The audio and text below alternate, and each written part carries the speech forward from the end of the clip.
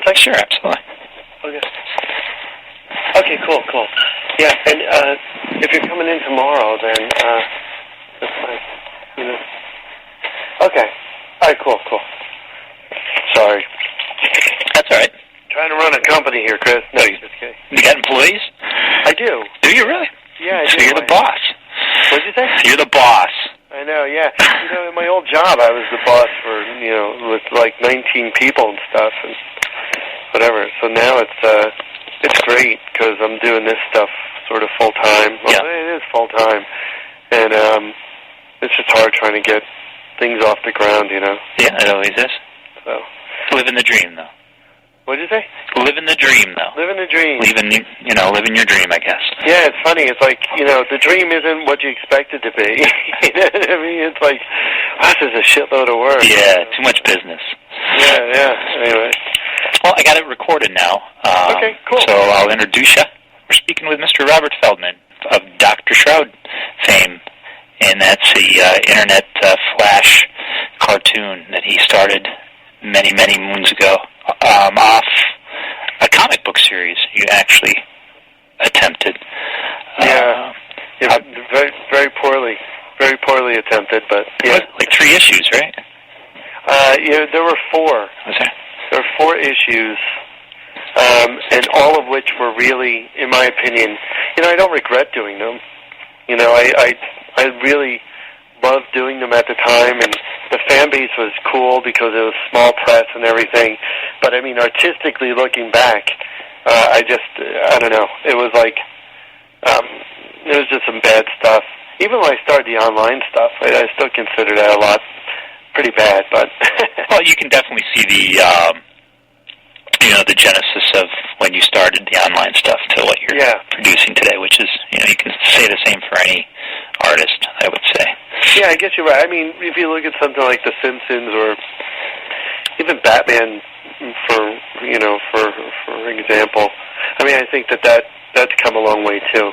I guess it just gets more refined the more you do, and I sort of let the audience grow with me, as I think The Simpsons did, because that's the only other cartoon that I saw that was sort of in its raw form and really became really refined. Yep. So I think the stuff we're doing now I'm really happy with. Especially like the old Tracy Ullman days when The Simpsons had little, 1 or 2 minute shorts. I don't even know if they were that long. Yeah, they were really short. And I think it was because Matt Groening or Groening, however you say that. Sure. He was animating them himself, and so it just goes to show you never know what's gonna catch on. Yeah, now there's probably some 9-10-year-old Oriental kids animating The Simpsons now. I don't know, some farm over in China or something. Yeah, some animation farm. Yeah, it's funny that whole market. But the stuff we're doing now is like, especially I come out with a new Dr. Shroud trailer and a new Herd episode, and I think the animation, working in the higher frame rate, paying more attention to the animation and story and sound and everything. I think it's just a matter of course that you just get more refined. Still not where I want to be, but then again, we don't have a giant team. We do have a team now, which is, thank God, because I couldn't imagine doing 24 minutes of this stuff myself. Yeah. And what a good feeling that must be. Yeah, it is. There's a lot of, it's you're trying to balance your budget, and, I mean, this is all stuff I never did working as a one-man band, but, I have a full-timer here. She's a full-time cleanup / animation girl. I think I could say girl, woman. Sure. And then I have a programmer, and then we subcontract with a few people, animators and artists. Okay. So it's sort of nice. And I have a writing partner now, a screenwriter, Paul Smith. Okay. Who, he's really, he used to work for Jerry Weintraub back in the late 90s, and he had a couple scripts optioned. And so we're writing the Dr. Shroud screenplay together, but we're also writing these new episodes. Okay. Which, I like more hands in it because it makes for a better product, Well, I know you got a lot of exciting things coming up. Let's start with, you want to start a little with your background, and mostly how you started Dr. Shroud in comic book form, and then kind of build up how you finally decided why to get it online. Yeah. Yeah, that was, it seemed like moons. Do you say moons? Many moons ago. Many moons. Holy cow, you're right, man. That was like 10 years ago. And I remember just sitting there and thinking to myself, I wanted to do something creative. I had gone to school for graphic design, and this is like late 90s, pre-computer. Yeah. But those days with rub-on letters and tape. And then I went to Rutgers and I got accepted to Mason Gross School of the Arts, but I didn't go because I had my father sort of had a different idea about what college was, which in hindsight was, sorry about the truck. That's all right. My dogs will start barking as soon as the wife gets home. So yeah, there's all sorts of stuff out here. So yes, I ended up going to school for graphic design, getting a degree in that, and then getting a degree in psychology, and then sort of, you go through job after job and whatever, and finally I got a secure job and moved to Pennsylvania, and I was sitting there one day, and I'm like, I'd really love to work on comics again. I always loved them, and I was always into role-playing games, and when I was like 7, my mother had gotten me How to Draw Comics the Marvel Way, which in itself is an interesting story because I wanted the cookbook, and I saw them back-to-back in Walden Books, and I asked for it for Christmas and got the How to Draw Comics one, and I was like, oh, okay, yeah, I guess I'll learn that, and was just so horrible at it because, I was 7 years old or whatever, but still had okay ideas, I guess. And then I remember writing a letter to Stan Lee. Like, I didn't know who Stan Lee was. I knew he was, like, someone big at Marvel. And I loved Marvel Comics. I wrote the letter, and I traced over some drawings in the book. And I did this sort of behind my mother's back. And then I put it in an envelope, and I said, can you mail this off? And I waited, and like months later, I got a flyer for one of their conventions in New York. Like, it was so lame, and I was like, oh, this sucks. But I was always into that stuff, So I revisited this, and I just had this idea about this. It started out as a superhero who wore a yellow and green outfit, who's you never saw a superhero who was a dad or a father, and I thought, well, that'd be cool, and maybe his daughter gets kidnapped, and that's sort of what drives him back. And I thought, that'd be a cool film. That'd be a great idea for a movie. Right. And then I thought, it just doesn't have enough stuff in it. Like, it seems sort of lame, and how's he going to get around, and he needs a car, and just one thing after another, and finally I was like, I am a huge horror fan and love vampires, and I thought, why don't we throw some of that in? I haven't seen anything like that.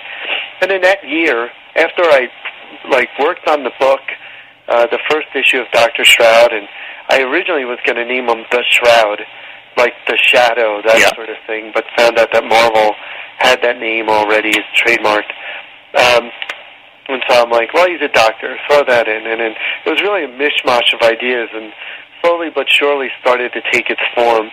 And then after I had the book copyrighted and printed and everything, I read about this book called Blade. And I was like, oh, well, he just has an immunity to the vampires.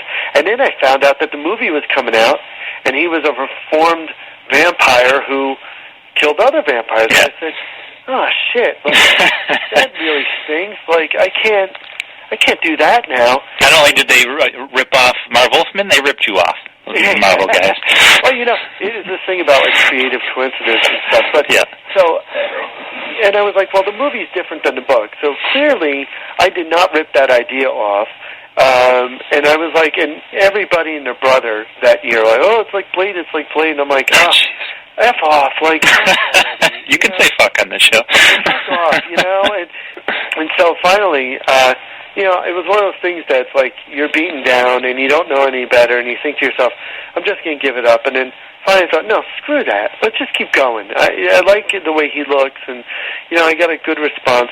And I ended up this is sort of a small press feat in itself.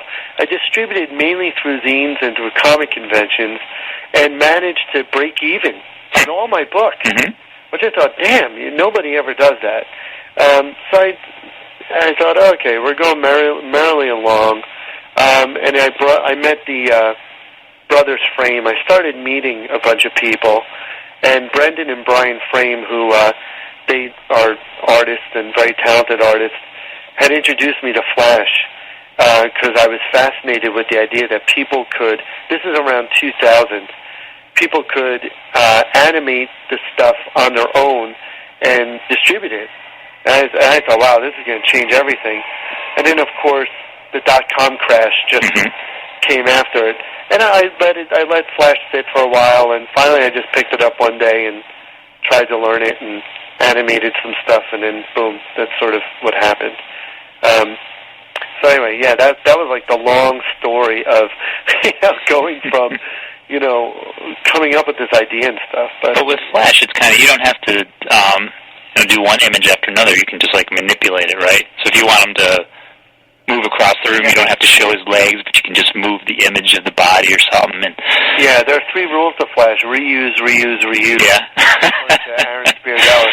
Yeah, and it's one of those things that you want to do that to keep the file size down, but also because it's just so damn easy. And the other thing with Flash that I like, and I think I sort of strayed a little bit, is you don't have to animate everything.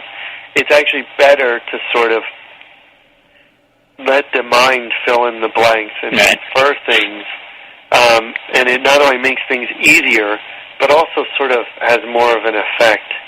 And, with the Herd, when I did the Herd last year, it was like I was really trying to prove the fact that, you could do movements, and it just took too much time and sort of lost its impact, Yeah.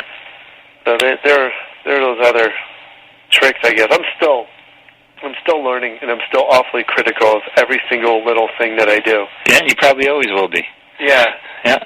I like the fact that I have other people now that say, do this, do that, and it sort of makes things a little bit, makes them accountable. Right.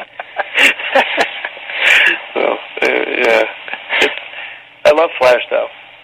And you started it out as, 'cause I remember the old books back when I was a kid in the 80s. I don't know, how old are you? I'm 38. Oh, yeah, I'm 37. Okay, so we're right in the same, grew up with all the same stuff. The Choose Your Own Adventure books back in the 80s. Yeah. Go to page, if you want this to happen, go to page 10. If you want this to happen, go to page 33. And you incorporated that into your original Shroud. I did. How did you, first of all, why did you do that? And then how did you pull that off each time? Well, there were two sort of models for what I wanted to do. One was the old Marvel cartoons. You remember those, when Captain America throws his mighty shield? Yeah, were those the Filmation ones way back? Yeah, they used a technique called the zero graphic technique, which was essentially Xeroxes of Kirby's artwork. And then what they did is they just made cells of it and then sort of animated certain parts. Gotcha, okay. When I saw Flash for the first time and saw what Stan Lee was doing, I said, holy shit, that's exactly the old Marvel cartoon. Yeah, exactly. They move an arm, and I thought, wow, we could get away with that. And then the other one was exactly that, the Choose Your Own Adventure books. And the reason why I did that is because nobody else was doing that. And I thought, we're in the age of the Internet. Instead of just feeding it to somebody, let them have a say in where it goes.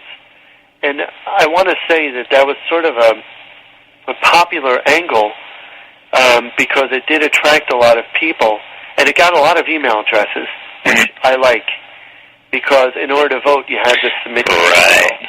Smart. So I thought, that's sort of a good technique. And so, but then after a while, the way I did it is I pretty much let them vote, and then I would say, okay, this story can go one of two ways.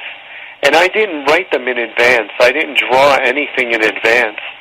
What I saw was, okay, this is the answer that people voted on, and because I'd seen that there are two different ways it could go. And then when I got that answer, when voting was closed, I would then go and start the work of animating the next episode and writing the next episode. And as a result, because I was like one person, it would be months later, and people would forget what happened and whatever. It's like, should he jump off the cliff? Well, we didn't even know he was on the cliff. Right. It's been 8 months. There's something else I was going to ask you, how long it took to put one of those puppies together, because they were like 2 or 3 minutes each one, right? Yeah, or just longer. Well, the animation was so limited. It took, with the drawing and the coloring and everything, and now I have it down so that the process is a little faster, especially with other people. It took about 5 months to do one of those. And it was like, but then again, this was after the .com crash, where you didn't have this really anymore. Everything would closed up shop. So it was you couldn't have asked for a more perfect time to come out with something, because nobody was doing it. It's like everybody packed up their wagons and got out of Dodge. It was like, well, invested in the mortgage industry. Exactly. Yeah. Right. And so I thought, all right, well, so it didn't really matter. And then after a while, when this started to, come back in a way, I thought, especially with the popularity of Newgrounds still sticking around, and Jib Jab and Atom Films, and I thought, okay, well, now the voters they're sort of hurting the storyline. They care more about the character than they do about the voting. And I thought, okay, well, in order to have that sort of consistency and sort of do what I want, dictate where I want this character to go, I removed the voting thing. And in hindsight, it really didn't even matter. Yeah, okay. It didn't really hurt things. In fact, I think it helped things because, well, I'm not going to comment on my own writing skill, but it made it a little bit easier for me, at least. Kind of puts you in a box sometimes, dead end, sometimes creatively, when people are choosing. It ended up not making sense. Okay. You look at the episode and you say, because they weren't written in advance, and because, it's sort of done on the fly in a way, it didn't, you say, wow, what did I just watch?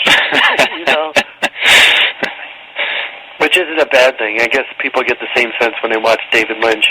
Not in any way to compare myself to David Lynch at all, but I'm equally as confused. Eventually, what you introduced into the Dr. Shroud series was voices, actors. Because you originally had word bubbles for, I believe, like one or two of the first episode, the one or two parts of the first episode, and then you started throwing voice actors in there, right? Yeah, well, the first one I ever did was, and this was, it was weird. I'm friends with with Andy Fish, who is, and this is sort of weird. Periodically, and I have no shame in saying this because I know everybody does it, and I think there's an actual term for it, is when you search for, your character or something. So periodically I do Google searches on Dr. Shroud to see sort of what's out there. And last night I stumbled upon sort of a blast from the past, but he's still going strong. In fact, I think he's, my friend Andy Fish, who lives up in Boston, is doing 1939 Batman, I think, for DC. Okay. But I originally started out with Canine Comics. This is like my brand. Right. God knows why I called it Canine. I used to have a dog and whatever. And so it's a long story, a long pointless story. And then so I originally started doing. I wanted to have a flash site that featured 3 different cartoons each week or each month. One was Dr. Shroud. Another one was called Captain Courage, which was such a great idea by Eric Goldstein and Marcus Kelligrew. And they had some opportunities to pursue a Flash animated series off the heels of like World Girl. Remember World Girl? I do. Yeah. The chick in the blue suit there. Yeah. Yep. Showtime, I think, brought that up. And then Atom Bomb was Andy Fish's. And so that's how it originally started. And I said, look, we can animate these things with word bubbles. And so the first series that was on there, that was Dr. Shroud, was called Attack of the Draculoids, which I still love the idea. And it was about pretty much blood-sucking robots. But there was this synthetic blood called Vilex, which sort of, kept the vampire population at bay.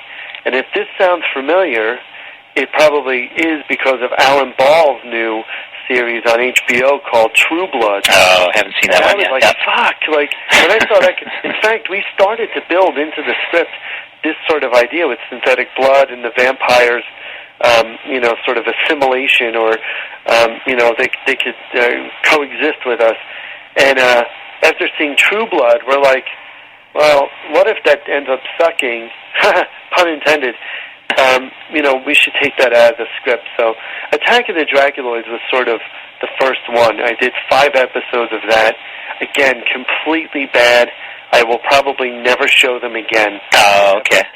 They're somewhere out there, and I hope they go away. I'll have to find them.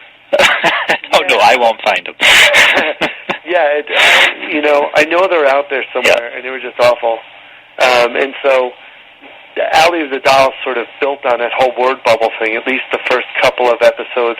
And in the last 3, somebody said, and I'm real, take these things to heart, they're like, why don't you have voices? And I thought, well, maybe I should. And that's when I started to get voice actors. And the first people to sort of, not the first people, but the people I liked the most was this guy in South Jersey named Mark Hirschberger, who does the voice of Dr. Shroud. Really nice guy. And then D.B. Cooper, who is, do you know her? I didn't realize it was a woman. Not pseudonym, but what would you call it? Alias? Whatever. Yeah. Yeah. And she does voices for video games and is super talented, super nice, unbelievable. Mark McElroy was another guy that had done voices for me. And if Mark's listening, Mark, please call me. And but he just great talent, great voices. And then later on, I met Science Friction, who are these really talented musicians who just, we wanted to work together, and their music was such a good fit, still is a good fit. And I'm still friends with these people, and we work together, and that's what makes the whole thing. They're still on they're in the new ones and everything? Except for the dude you're looking for. Yeah, except for Mark McElroy, which I think, he's a successful tarot card author. Okay. And, he has his own, he's got book tours and all over the place, so, yeah, I'm sure he's busy and whatever. I just hope I haven't pissed anybody off. I know I have a tendency to piss people off, so. Really? Well, that pisses me off. That's just me being me. My wife will say no, but I don't know. I always think that I'm too forthcoming or whatever with people. Oh, well, you just. Whatever. I think I'm pretty nice. Say what's what. What'd you say? Say what's what. You just say what's what. That's right. Yeah. Definitely. And so, the new episodes, and then we have some more voice actors coming on this time around. We have Todd Ryan Jones, we have Stephanie Smith, and we have my friend Sean O'Leary, and God, I hope I don't forget him. But so we have some new ones, because we have a bunch of new characters and stuff like that. So, okay. Yeah. And when is that? I know you got a trailer out there, but that hasn't premiered yet, right? You're building up? The trailer is, we are gearing up, and so I guess I can tell you now. I don't want to disrupt your questioning, because I know I go off on tangents. That's fine. But we are launching all this stuff at the New York Comic Con in February. Oh, nice. We have a booth, which is across from what I understand, is across from DC Comics on the main drag. We're going to be premiering new episodes. We're going to be doing 24 minutes of the new Dr. Shroud, which has about 7 characters in there and sort of follows his journey in looking for Wendy, and also sort of goes full circle back to his past. Those episodes are actually, we're finalizing the scripts now, and at the same time, we're in pre-production on everything with creating assets and backgrounds and all that other good stuff, as well as the voiceovers after the scripts are done and all that stuff. So, and then we're also, and so that's a big chunk of our time right now. And EarWorm Media, which is my company, is a corporation which owns all the properties now. We do a combination of animation and web design and a bunch of other stuff. So, we're pretty busy with these episodes and busy with other stuff. So, it's been crazy trying to get this stuff done. But at New York Comic Con, it's the episodes, and then we'll be having a vinyl toy, a Dr. Shroud vinyl toy. Okay.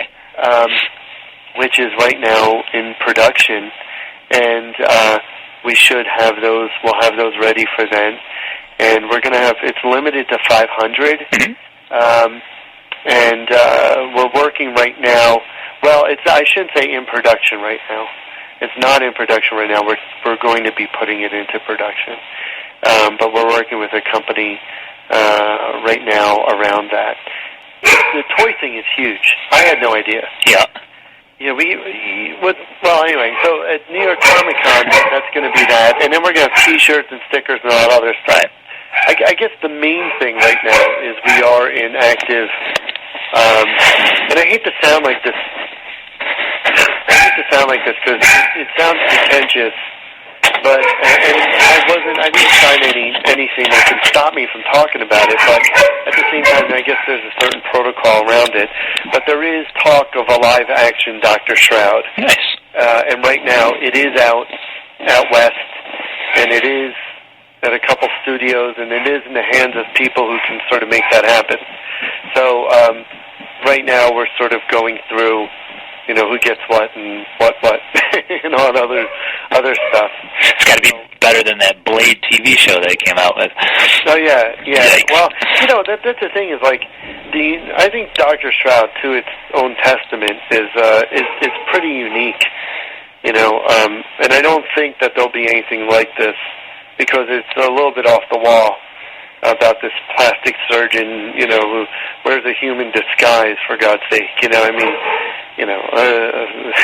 I think that's sort of unique. But so we'll see what happens with that. I mean, if it were for me, I'm all about growing it organically, as my lawyer puts it. You want to grow it organically, just to see what happens. Put it out there and see what happens. Exactly.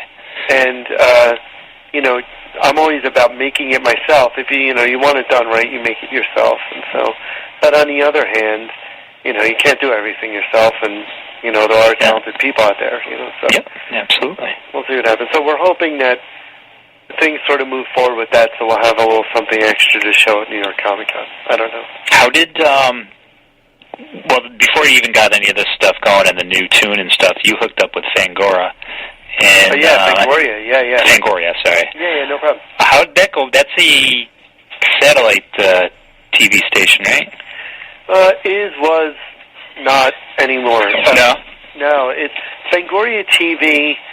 Fangoria was owned by another company at the time. Yeah. Okay, so and they had they started expanding the brand, the comics.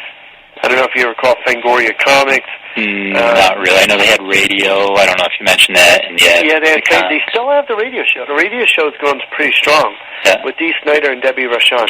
And I was on that show, which was cool. But Dr. Shroud had gotten throughout the years. I got USAtoday.com made mention of it. It went to DVD. As soon as the DVD sort of hit, it was like, wow, I didn't realize that.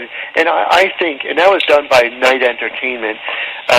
R.C. Knight ran that company. And he contacted me and said, "You want to do a DVD?" And I said, "Well, I do, but it's too soon. I don't have enough content." He said, "No, you do."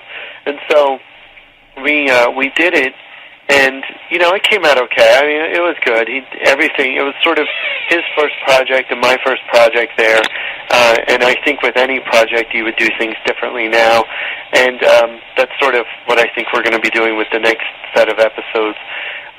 Is with the DVD doing something, but that sort of had a lot of clout. It's weird when you put something in tangible format, like the doll, like the toy. Yeah. A toy has so much weight you would not believe it. It's crazy. I know a movie that was sold based on just a freaking toy and some clips, and we're not talking like small movie. It's like big deal. So I was like, that's crazy. Yeah, I believe it.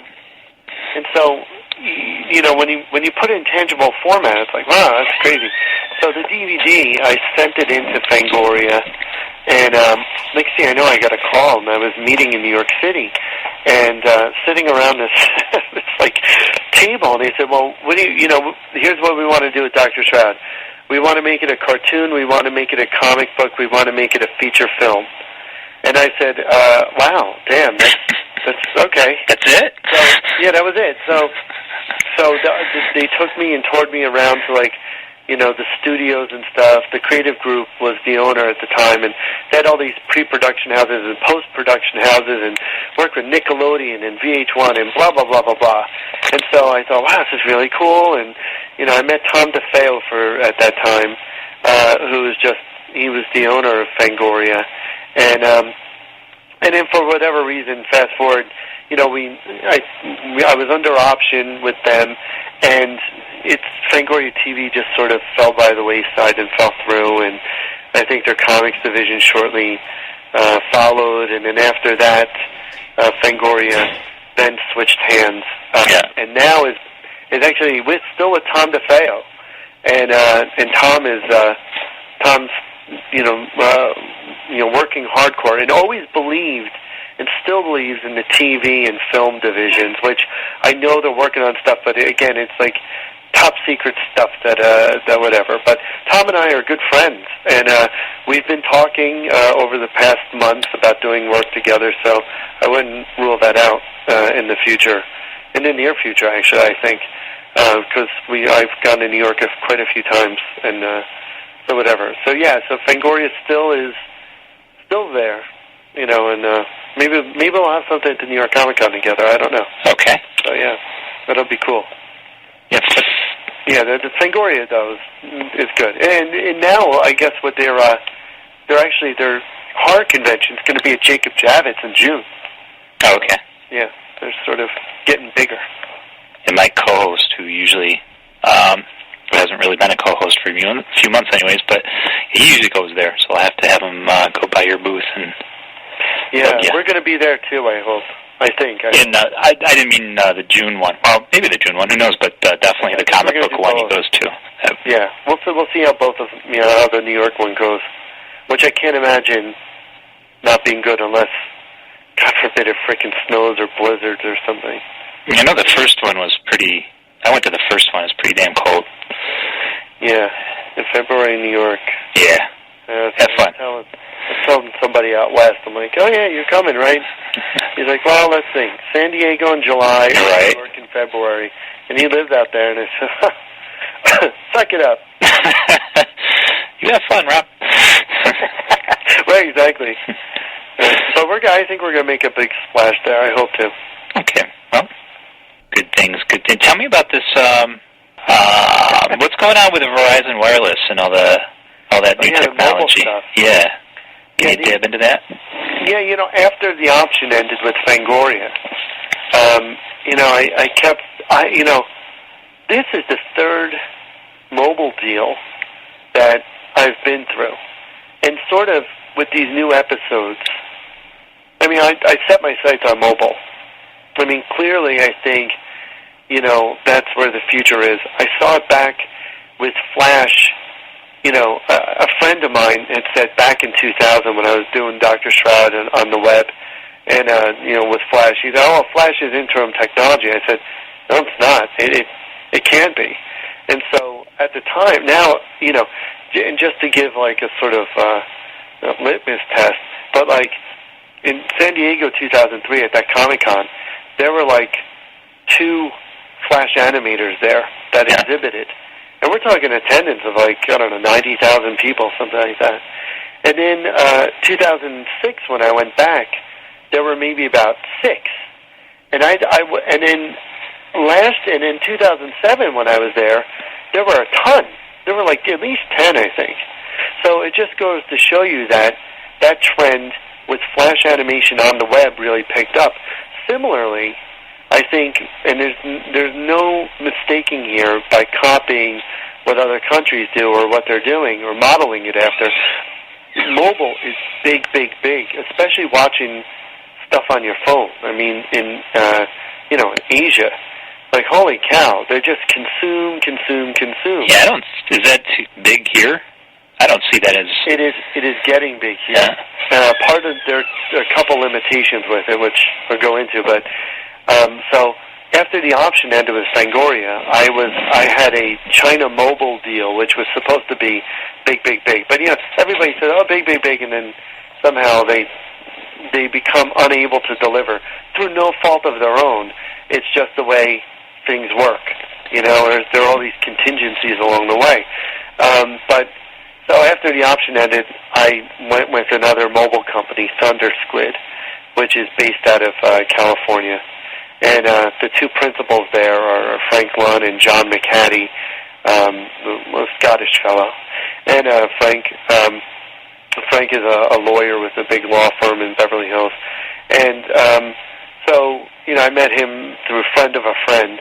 And I said, okay, well, let me go that route because it seems that they'll have better traction. And they do. I mean, Dr. Shroud is on Verizon VCast. I think it's going live on Sprint, or is live on Sprint. T-Mobile Poland, which is completely wiped out. O2 in England, 3 in England. And so, these episodes went live, and, you can download them. I mean, sort of the opposite side to that whole thing is you might have traction with the carriers, but you may not have usage. And, sorry. That's right. And so sort of, they talk as sort of a big game, because they were basing the numbers off of mobile games. And mobile games just by default, I think, do better than video. But, I don't think we're really going to see anything till next year or the year after. When I say anything, I mean like big numbers or, the really demand by the user for content. Right now there's a demand for content by Hollywood and by other sort of forward-thinking entertainment companies because they know that the web and mobile are going to be synonymous. What you watch on the web, you'll be able to watch an abbreviated version or the actual version on your phone when faster speeds come out and better phones come out. But right now, with the carriers who refuse to be what they call a dumb pipe for information, are going to, are sort of, in a way, resisting it. They're the gatekeepers. If you went onto your phone right now and you clicked onto Internet access, guess what landing page you're going to hit? You're going to hit the carrier page. Well, how do you change that? You really can't, and so... so like Verizon or Sprint, or when you're talking the carrier. You're at the mercy of Verizon's choices, sort of like AOL was early on. Right. And we all sort of know what happened. Yeah. You know what I mean? All these search engines. And then what happened with Comcast and sort of all these Net Zero and all these other things, they just simply became pipes to access the Internet. Yeah. And so I think there's a lot of resistance, and rightfully so, because there's a shitload of money to lose, but if they sort of found a different way to do it, people would have faster access to information as they do on the Internet, and it would all be ad-supported as opposed to subscription-based. I mean, Google, you take a look what Google's doing with the Google phone. Dear God. The Google phone? Yeah, from what I understand, and I think it's, they drop little things here and there. Google has a software application called Android, which they have open sourced. They said to all these developers, okay, you guys come up with the applications that you want to see, and you develop it. And if you develop it, we'll put it on Android. Android is software that goes on any phone, so long as the carrier agrees to it. And it's filled with all those applications that you might see on the iPhone, but more and better. And guess what? Here's the best part. It's free. So you think about your own phone and going to the AT&T place to buy your phone. It's like, does it have Android on it? Well, if not, Google, from what I understand, is making their own phone. And I would not be surprised if their model was free. They'll rely on advertiser dollar then. Yeah. Here's a free phone with free content because we own YouTube. And guess what? You can make free phone calls because we just set up Google 411. I don't know if you saw that. No. Right? And so, carrier who? Verizon what? You know what I mean? That would just open up. What's next? Skynet? I don't know. Yeah, like the Terminator movies. Yeah, the Terminator. Yeah. That's the thing with content is finding a network now. If Google came to us and said, we want your content, we would say that's better than any Hollywood deal, in my opinion. Because you're going to see revenue out the ass if they pimp it right. That blows my mind.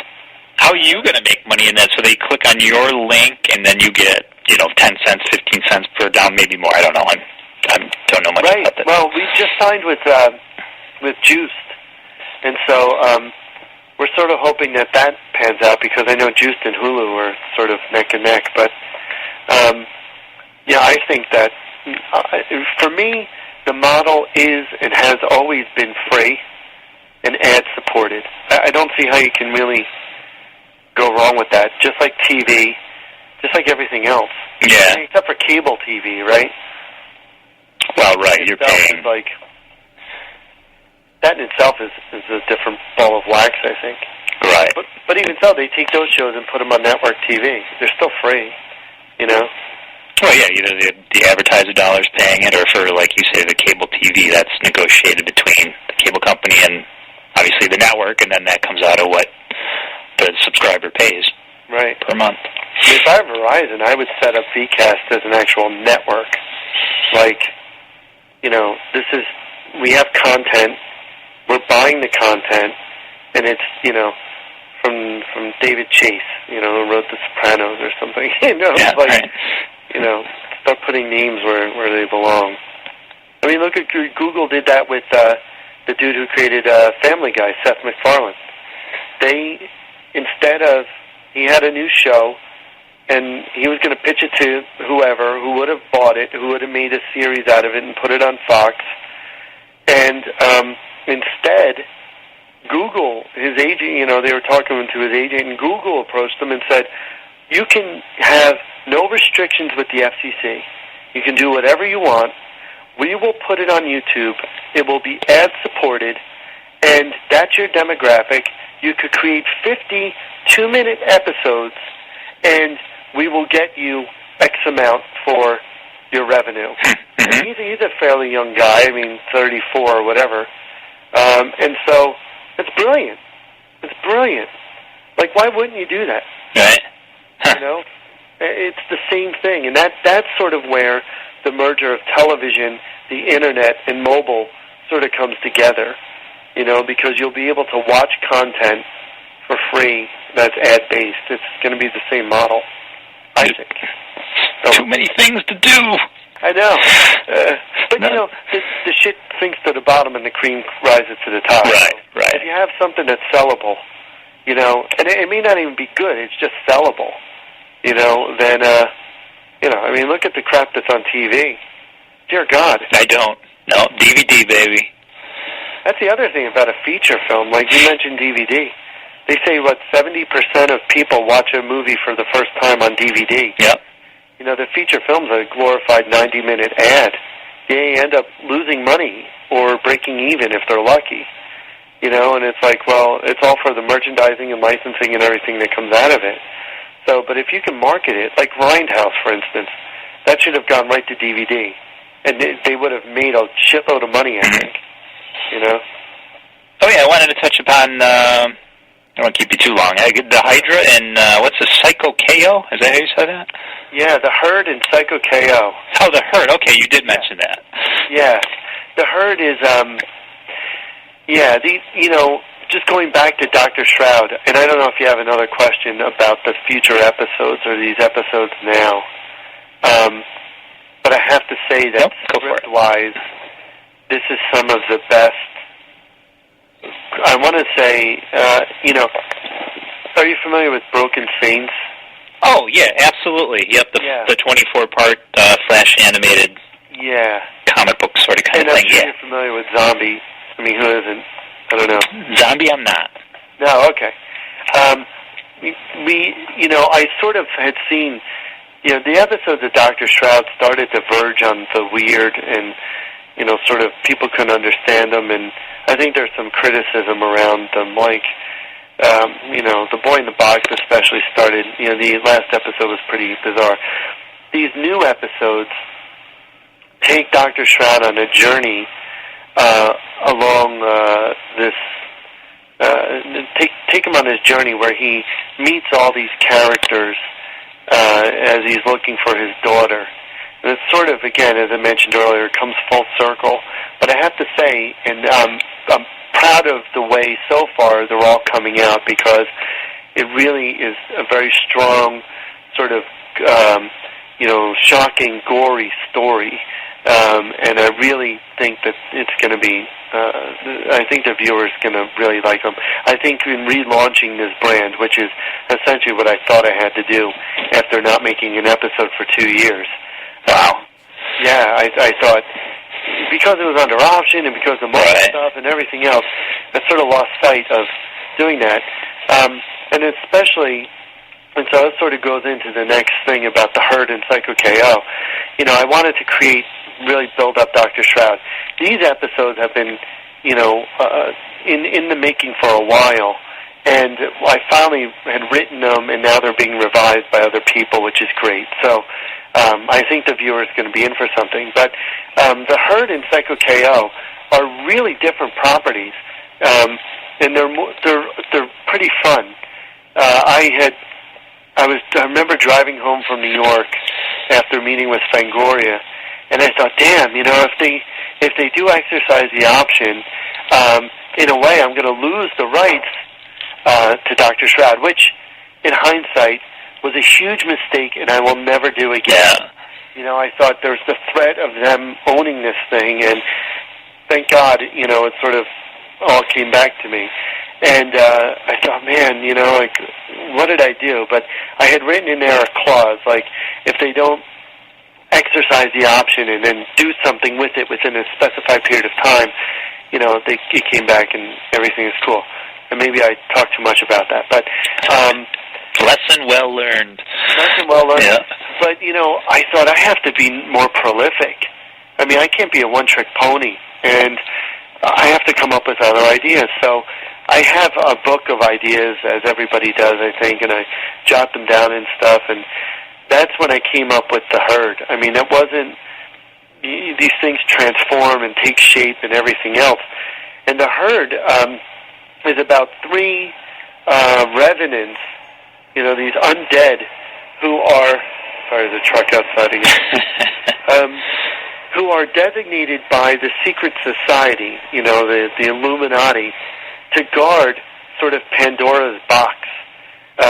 Even though it's not referred to as Pandora's box and really has very little to do with it, which contains a sort of portal to the afterlife and is directly responsible, having been opened at one point, for creating all these anomalies that exist, ghosts, vampires, cryptids, everything else.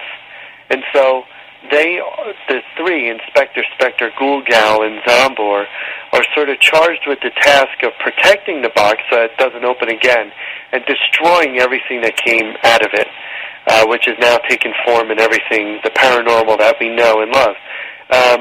And so their first start, or the first place they start, is New Jersey, which is where I live, and everything is rooted out of, or takes place from New Jersey folklore. The New Jersey Devil and all that. Yep. Yeah, the Pig Woman, the Orbs of Wannock Reservoir, all these things. And so that was actually, when I pitched that to Thunder Squid, that was the first property that they said, okay, we want that for mobile. And I signed exclusive wireless rights with them and did the first episode. And, I sort of was waiting for production money and it never happened and blah, blah, blah. So the property is alive and well and still looking to do something with it. And then, after I sort of broke the seal with, I'm not a one-trick pony, I have more ideas, I wanted to do, I had this other idea called Super Earth Battle 3000, which I'm a huge fan of Death Race 2000. Not the new Death Race, but the old Death Race. Okay. By Roger Corman.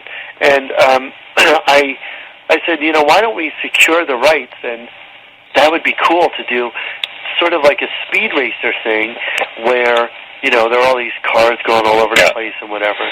And then, so I actually called New Horizon Films and thought, well, we could buy the Death Race license and do those characters and stuff, and then found out that Tom Cruise had the rights and that bastard. Whatever. So then I thought, that's not the right property anyway to do. I want to do something that's more Asian, that has, it sort of deals with giant monsters, sort of like Godzilla, and then combines Ultraman. So, it's, again, a mishmash of other influences that I sort of put together. So Psycho KO ended up being he is this rebellious son of he's a rebellious stunt motorcyclist who is son of Mega KO, the sole protector of a distant planet called Super Earth. But when other alien races that come in the form of giant monsters like Godzilla and Mothra come to take Super Earth over and sort of threaten the colonies that are there, Mega KO is killed. And now Psycho KO, who's in trouble on Earth, is forced by the president of Earth to go and protect Super Earth because he also possesses this power of immense growth. And so it's sort of like this really, again, it's a mishmash of ideas. Yeah, sounds really like an anime idea or something. Yeah, completely. It's completely that. And Psycho KO with his girlfriend, Peachy Keen, and their Super Earth from these giant monsters. He grows real big, and his motorcycle transforms into the weapon of his choice. Like a chainsaw or a giant sword, or it's sort of a cool thing.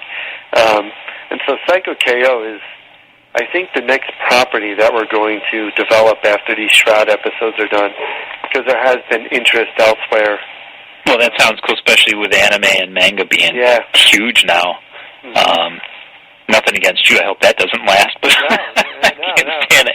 Anime or manga. But anyway, that's neither here nor there.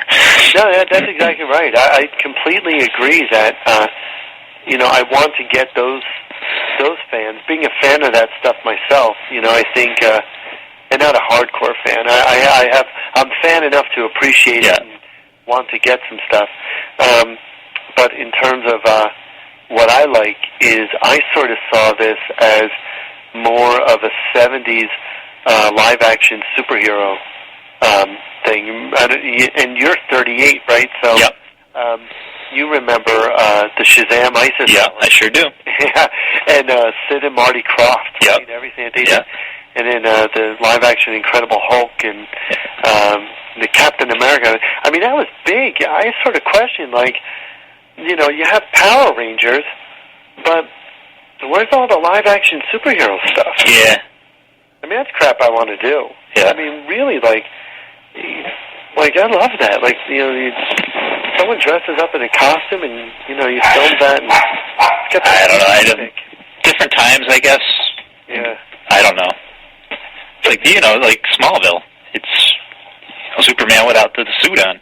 Yeah. It's just the times, and I don't know if people just think it's silly now these days, or I don't know. But that's sort of the charm of it. Yeah. Isn't it? And I mean, that's the thing is, I think the demographic sort of, has changed because of video games and sort of the more adult themes that, perpetrate our world. Which is, not, it's just, not to sound like an old fogey, because I'm not. Like... Back in the old days. Yeah, I remember way back when. But, I think you could put a show on like that. Look at Power Rangers. That's alive and well. How many times did they relaunch that? Oh, a gazillion million times. Well, that was... each year had a storyline. To my understanding, it was totally different in Japan, and then they cut the crap out of it here. Yeah.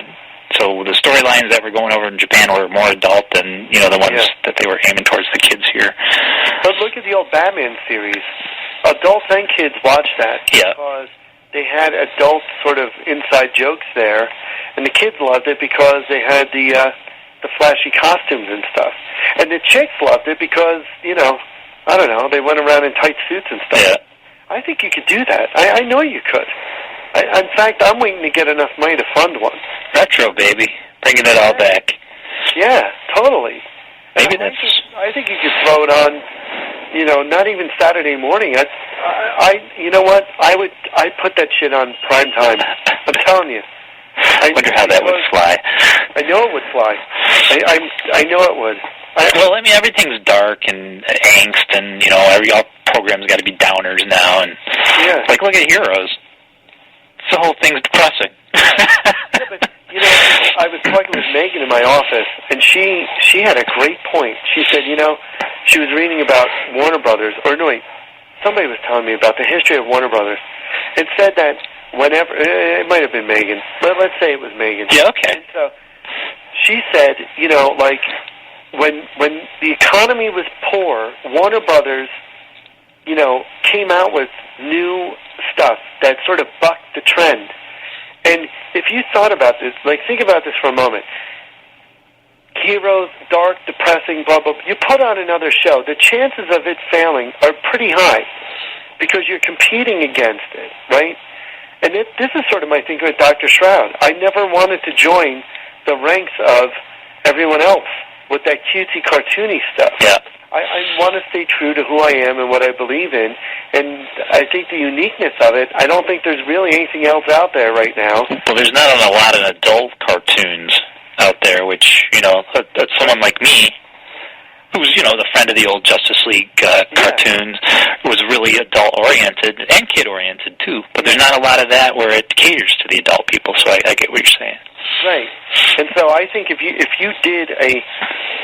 put like a Batman from 1966 on that was done for this time, and you put it on prime time, there are two things that's going to happen. One, it's either going to rise, it's going to be your number one rated program, no doubt. Two, it is going to fail miserably and get a cult following and be hugely successful. There's not going to be, it failed and that's the end of it. It's not going to be Snakes on a Plane if your intent is true. And, I don't know, I think a nut like me behind it. I don't know. No, I'm just kidding. You got to be crazy to do that. Man. I don't know.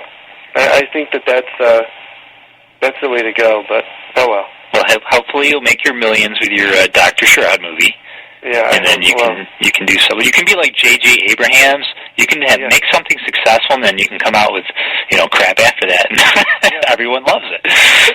But there's a good point with J.J. Abrams. When you think about what happened, what he did with Lost. What was on before Lost? Reality shows. Right. He kind of started I could debate that maybe X-Files did this, but he kind of started the story that continued, from one episode to the other, to the other, to the other.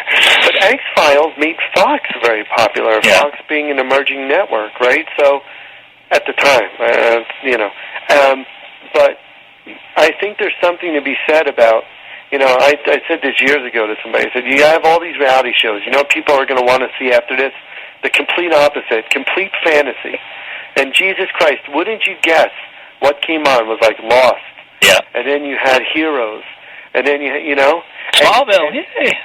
Yeah, Smallville. And then you had everything that sort of went against it. And now I would say that the next step after that is, if I could be a predictor, if I could be a half-assed fortune teller, you know, shows like that are similar to Gilligan's Island, Fantasy Island. It's sort of like when disco, right? When disco was like, you know, really at its prime with Saturday Night Fever, and it started to get really stupid toward the end with Disco Duck and all that other shit. Yeah. The same thing's going to happen with TV. You have the fantasy, which is Lost. You know, the more things change, the more they stay the same, and history repeats itself. You know, you're going to have this shows like Lost and Heroes that are sort of getting away from the reality shows. If the reality shows, if you compared it to the variety shows of old, right? And then you had, now the next thing that you're going to have are like these silly sort of fantastical comedies where I wouldn't be surprised if a comedy came out where people are on an island again and it's actually funny, like Gilligan's Island. I know that sounds crazy. I don't know if I'm trying to think to myself if that's something I would watch or not. Yeah, I can sort of think that I can see it coming. You probably wouldn't now, but I think the same thing would hold true if you asked somebody back in the 2000s about reality shows. Oh, reality shows are here to stay and everything. You know what I mean? I don't know. They're cheap to produce, so that might be somewhat true. Yeah. Anyway. And what we need more of, I think, in the future is more lawyer and, you know, judge shows. Yeah. Because we don't have enough of those. This is not enough. No. I hope those die a death. A painful another death. Cop show. Yeah, yeah. But, and that's another example of, like, people knocking off one another. I mean, how many cop shows survived and how many didn't? And, you know, it's like, I don't know, if I were a producer now, I would not be doing another Lost or Heroes. I'd be doing, you know, a cliffhanger. Yeah, it's a double-edged sword, because if you're not making, you know, you're not bringing in the bucks, then there goes your job. Yeah, right. So that's why you got to keep going back into the pool that everyone else is swimming in. But Chris, that's the magic of the internet. Is like, you know, I don't know if you saw that GeminiDivision.com. In many ways, I would rather see Dr. Shroud as a live-action web series than a feature film, because I know that is a sort of emerging form for entertainment. Electric Farm Entertainment, I was just reading this in Wired, and then like a week later saw an ad for it about this series called Gemini Division, and it's pretty much, I forget this actress's name, and I think she was in Lost, I don't know. Yeah. But she's in front of a green screen, and there are two dudes holding the camera, and that's the show. The show. I'll have to check it out. And I think I don't know how much it is per episode, but then NBC's pimping it. I'm like, wow, they must have sold it to NBC.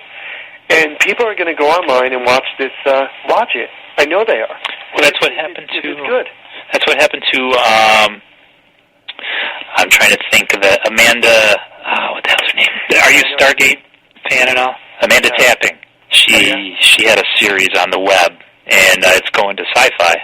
Yeah. I've never seen it, but same thing. In many ways, that serves as the model to say, okay, it was huge. But the problem is that it's questionable, because I know they had tried to do this before with a reality, a sort of series that was on MySpace, I think. I forget the name of it. No, not sure. And it didn't carry over to to TV. And so I think, though, that it's okay if it lives on its own on the Internet.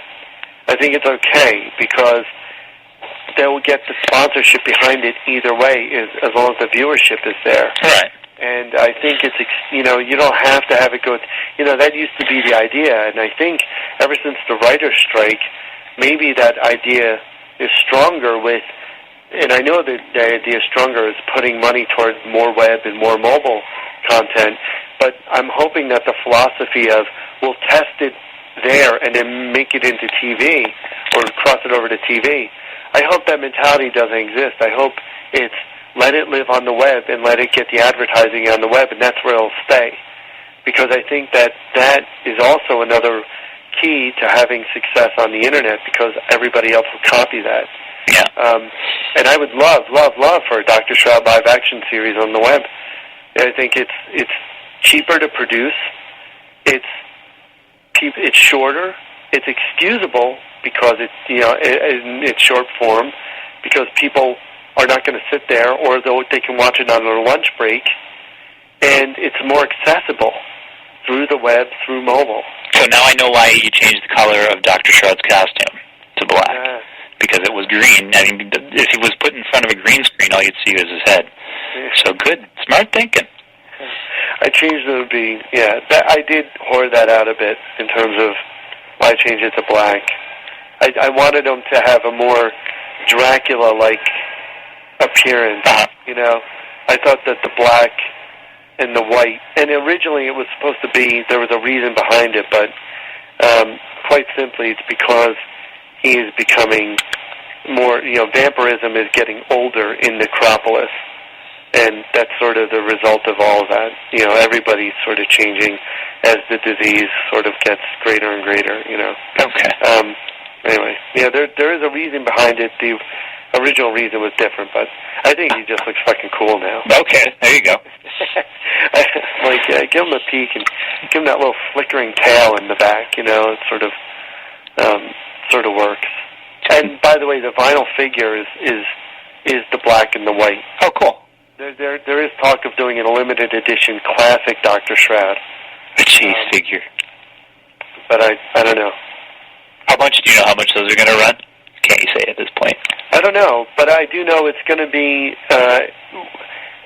Let's just say, I'm pretty cheap. I like to make it. I like to make it affordable for people. Mm-hmm. Quite honestly, I think $40 or $50 is too much. But I do think it has to pay for itself. Right. Of course, I have to make money for EarWorm. And for my partner who put up the money, screenwriting partner, Paul Smith from Kensho Screenwriting Workshop. So, I don't know. We'll see. Okay. I want to keep it I want to keep it affordable. How about that? Okay. Cool. That's cool. All right, and of course, we'll try to comp you one. What's that? We'll comp you one for being such a cool guy. Oh, okay. What does comp mean? Comp? We'll give you one. Oh, okay. Yeah. You don't have to do that. I support the people out there. Support the people. I support the good people making all this entertainment. So I wanted to, do you got time? Yeah. Okay, one quick question. Boy in the Box. Yeah. It's based on a true story. Mm-hmm. What's that story? Well, it was back in the late 50s in a suburb in Philadelphia. And I actually found out about this through a friend of mine who owned or was part owner in a house where the alleged boy in the box was murdered or something back in the late 50s. And, I don't know if it was, but there's like this retired sort of, from what I understand, this retired cop society or detective society that has a bunch of these unclosed cases, and sort of in their retirement they sort of spend their retirement going through these and trying to solve them. And there's an actual Boy in the Box website with photos and everything. The guy still he sort of took this on as his personal cause to solve. And the story goes where there was this boy who was just left in the box in the field. And somebody had, they think he was an orphan, or and he had some sort of head wound or something. And it's real sketchy, there's just this boy left. And I always thought, wow, that would be a great movie, It could be a horror movie, it could be a mystery, it could be a story about, this policeman's own sense of redemption, in some way.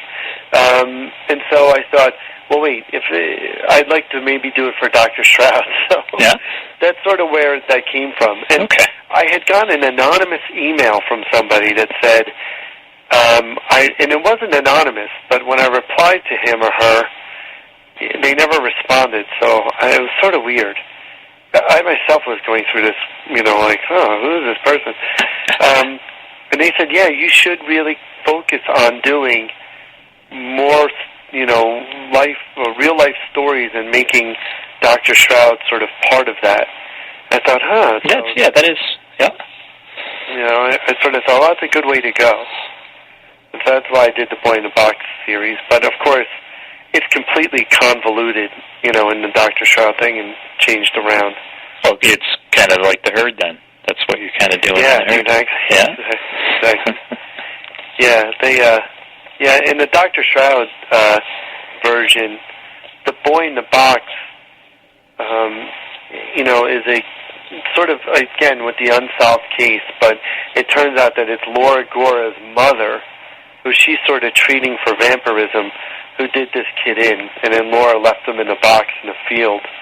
And, they sort of used this story to get Victor, Dr. Shroud's attention, and sort of forces him to revisit his own past, because he's going through this sort of thing where, as a boy, he was part of this cult, and it's sort of a bigger story, and in a way I regret it being so big because it becomes not understandable, I think, in the short amount of time that I had to tell it. I think people can sort of fit it all together. Plus you were doing the whole choose-your-own adventure thing. Yeah, and at the time, I wasn't then. Not the Boy in the Box, Boy in the Box, no. It's still equally as confusing. But, okay. but, in a way, it's like, he's having, Victor's having these flashbacks of, being a boy himself and sort of his own experiences of being sort of tested on, being made human from a vampire, and as he starts to get these mysterious phone calls and is at the same time tracking Laura, what Laura is doing with her mother, and then finally it takes him all the way out to this place, Carpalia, and he confronts the Boy in the Box in a field, who actually comes full circle again and is somebody from his past. It's sort of, it was sort of weird. It was sort of David Lynchian, and I think people were sort of turned off at the complexity of it. It's funny, you go on these sites and I recently saw a comment, spoiler, Dr. Shroud is his own devil. And I thought, they're right, and that's kind of cool. So I don't feel so bad. Yeah. So, what was that on? What was that? What was that on?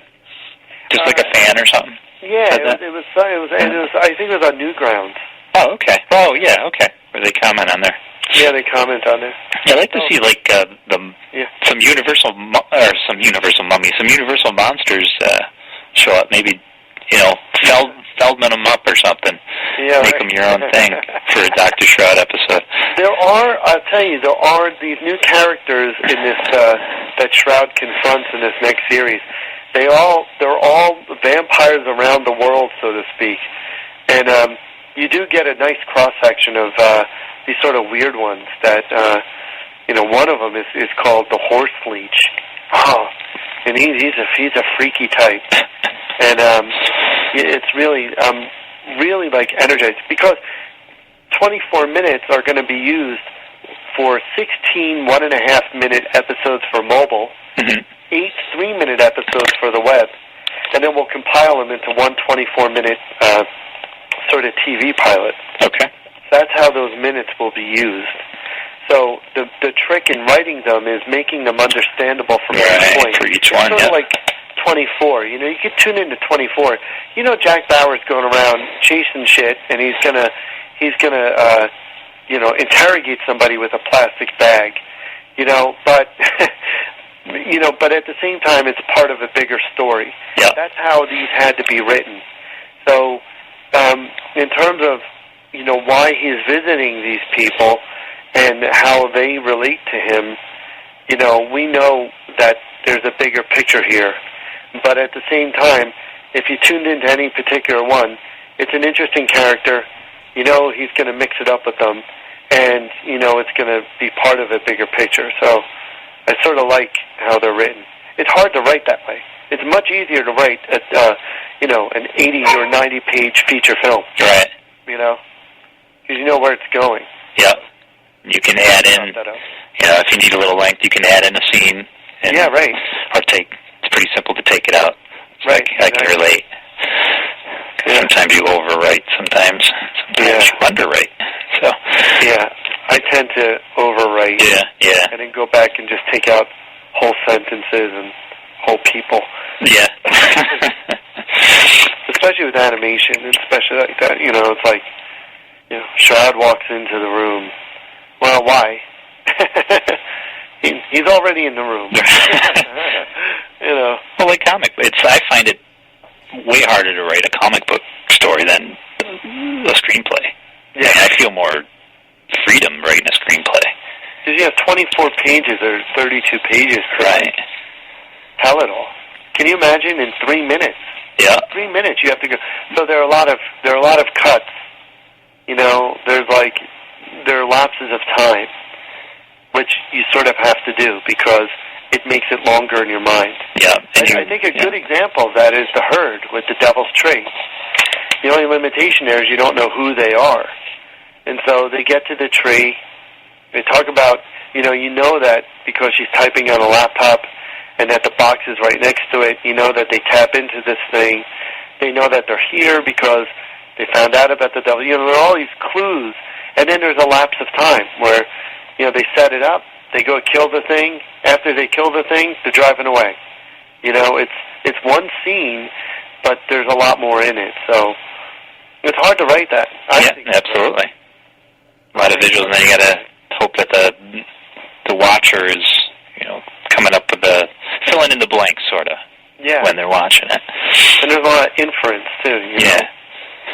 Instead of, you know, him raising the, him hitting him with the cane and whatever, you know, like for animation, I want to take out as many movements as I can. Yeah.